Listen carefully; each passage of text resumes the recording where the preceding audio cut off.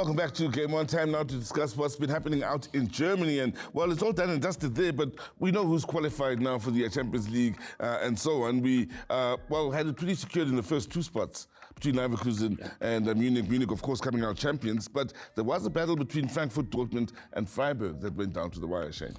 Yeah, Bayern was just too good, won the title again and Leverkusen pushed them all the way. Mm-hmm. For me, worry is Alonso leaving them. I hope they don't become another team that just falls by the wayside because the manager's gone. But anyway, they've done well. But the team that we've got to talk about there is Dortmund. I mean, if you look at them where they were, we were looking at one stage of the season, 11th on the log, thinking, well, they got no chance. Yeah, by March as well. Yeah, they got no chance of getting up there.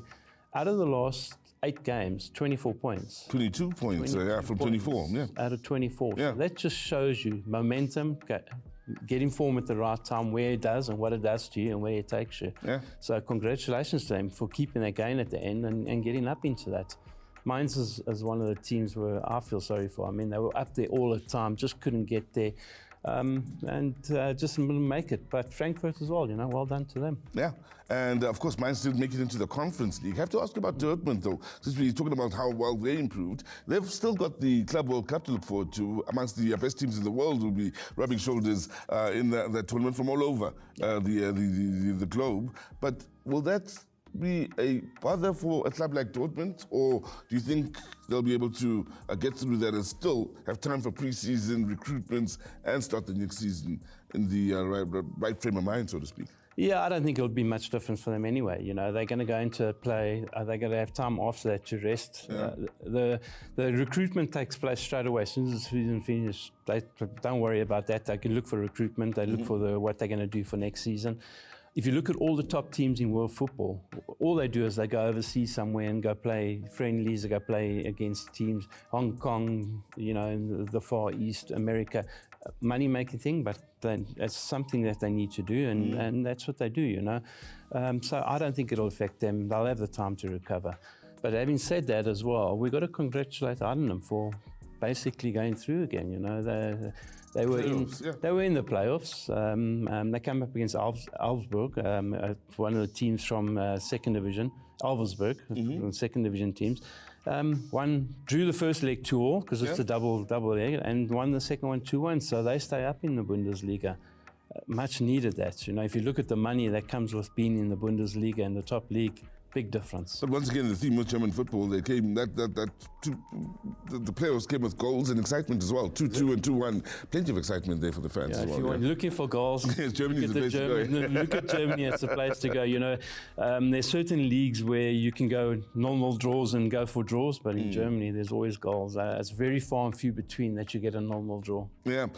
So we have to mention for Mainz, the disappointment of not making the Champions League when you had come so close and you were in the talk of a Champions League spot for so long. To lose it right at the end and maybe take the Conference League means all is not lost, but how much will that hurt for the players, management, or is it something to build towards going forward? Is it inspiration, or is the glass half full or half empty at this point? No, I think it's half full. If you offered Mainz that in the beginning of the season, they would have grabbed it with both hands. Yeah. If you look at it that way. The disappointment is they were up there in the Champions League positions and they just couldn't hold on to it. So it's a bit of both. Management will have to work on those players and get their minds right for next season, because that is a little bit of a disappointment. But as I said to you, you offered them beginning of the season, they would have said, yes, please, we'll take it. Certainly would have said, yes, please. And I mentioned Dortmund a little bit earlier, because keep in mind, after the Club World Cup, they'll be in the same group as Mamelodi Sundowns from right here in Mzansi. So let's talk about what's happening here locally in Hollywood Bets, giving back, as we always do here on Game On. And out in Clement, the township in Durban or eThekwini, there was the Siyakhula Sports News Tournament. Let's find out more about that.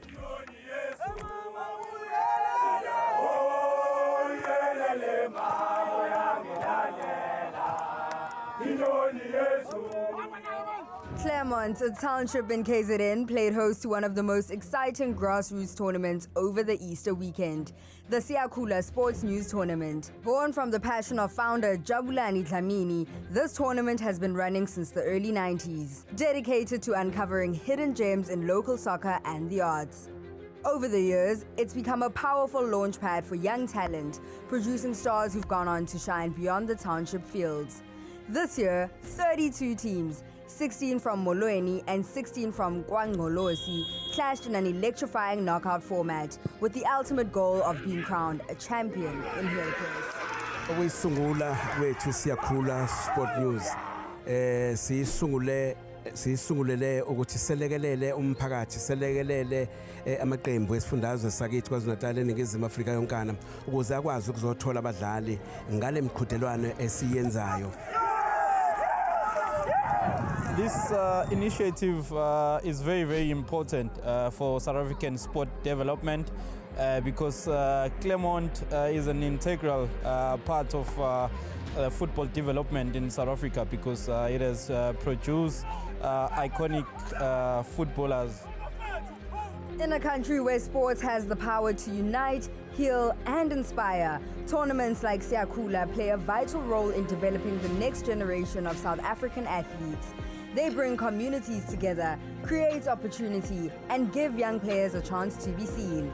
After days of intense competition, Claremont Stars and Two for Joy battled it out. Hollywood wenze umsebenzi wabalula ukukwazi ukungilekelela ngenze i-tournament efana nale. Ngiyafisa kakhulu ukuyithoba ngimbonga uNkulunkulu kakhulu ngenkampani efana nale Hollywood uma ikwazi ukuya emphakathini iya kuma-organization afana nawethu. The final match came down to the wire, a tense penalty shootout that had the crowd holding its breath. In the end, it was Two for Joy Football Club who triumphed, showing nerves of steel and championship quality. Football supporters have came in their numbers and we've seen young talented footballers which gives me a huge confidence that in the next 2 years or in the next 6 months we might see some of these boys that are participating in today's tournament turning professionals. Siyabonga kakhulu like sengishilo kwama sponsors akhona Hollywood Bets siyabonga kakhulu ngathi ungaqhubeka futhi lokho kwenzile ukuqoqa intsha emalokishini mhlambe nabanye bakwazi ukubona ama talent bengagcina bevela mhlambe ku TV abanye ngayo le tournament. Engakusho nje ukuthi I tournament ibinhle kakhulu siyathanda ukuthi engathi sengaphindi iphinde ibuye siphatheke kahle indlela I tournament ebihlele ngayo yabo siyafisa engathi ngaqhubeka inyuke futhi ephambili.